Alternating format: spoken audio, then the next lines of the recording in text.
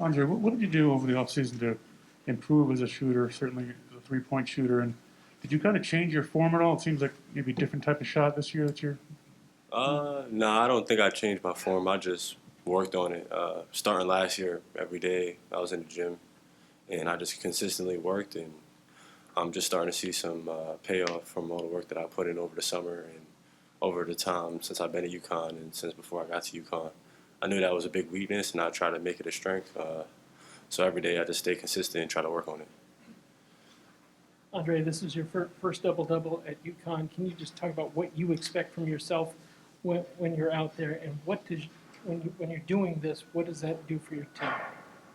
I think the double-double is nice, but I think I got to be more of a defensive presence. I think I got a lot of defensive rebounds, but I didn't do as well as I should have done on a couple of the guys, number 13 and number 41. So I think I got to be more of a defensive presence and also just continue to get defensive rebounds and still crash the glass too. RJ, you had some guys in foul trouble today, and you got some contributions from some other players. How important is that to be successful? It's very important. It's good to see guys come in and play well to back up the guys who started the game for us. And that's a strength of our team. We've been talking about depth all year. So just, finally starting to click for some of our guys off the bench, getting consistent practice time, practice reps. And so I'm just happy that today was a good start for us as far as our depth coming into play. Andre, can you talk us through that tip dunk that almost went down? And are there many that you don't go for? It seems like there's a lot in your range from trying. Yeah, I was just, running the floor. I seen somebody ahead of me ready to finish, so I kind of just went for it. And it bounced the right way. I just should have dunked it harder. I think I would have made it. But after I missed it, I seen Archie got the rebound, so I was excited after that.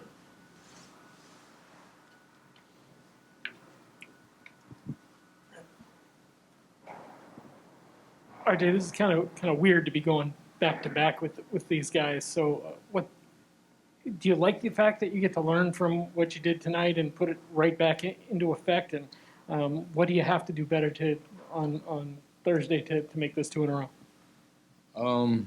It's cool that we get we're right back on it, kind of. But it's not going to be an easy game. It's going to be a much different game, and we're going to their place, so it's going to be tougher. I think, honestly, we need to clean up some of the things defensively. Like Dre was talking about 41, scoring 17, and number 13 scoring 19.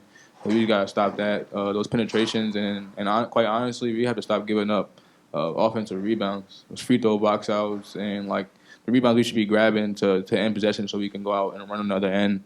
We have to clean that up.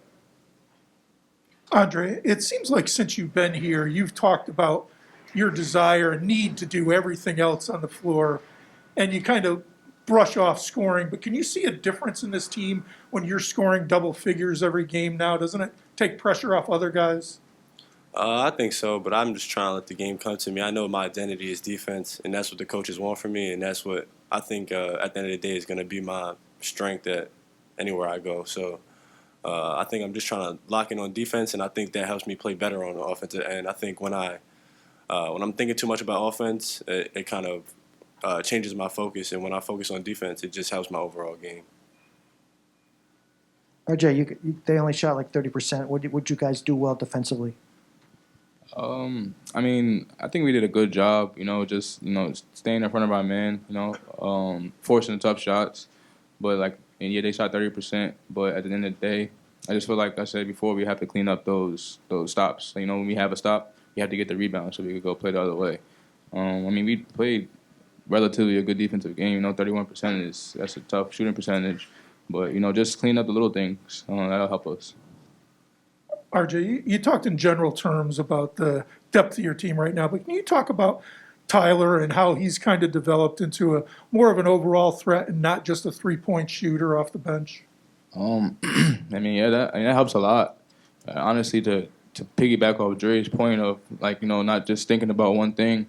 Like, for Tyler, for example, maybe he might think about, I have to hit this shot, I have to hit this shot. I mean, but if he does other things on the court, guard his man, crash offensive glass, get defensive rebounds, block shots, those threes, they're going to come. Those shots that he didn't make before, they're going to come, and that's what's been happening for him. He's been everywhere out there for us, and now those threes that he wasn't hitting before, they're going in. Yeah, Andre, so both teams started off cold to start off the game. Not many people were hitting shots, but RJ Cole was able to get to the line and draw fouls. How important is it to have a leader like that to be vocal with you guys on the bench and get you guys out of those droughts?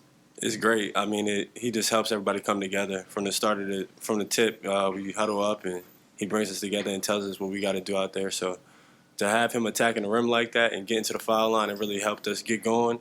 I think we started off slow, but once he started attacking, I don't know how many foul shots he shot, but he was getting to the line almost every possession. So it definitely was good, and it made the defense have to sink in. So, I mean, it opened up the court for everybody else.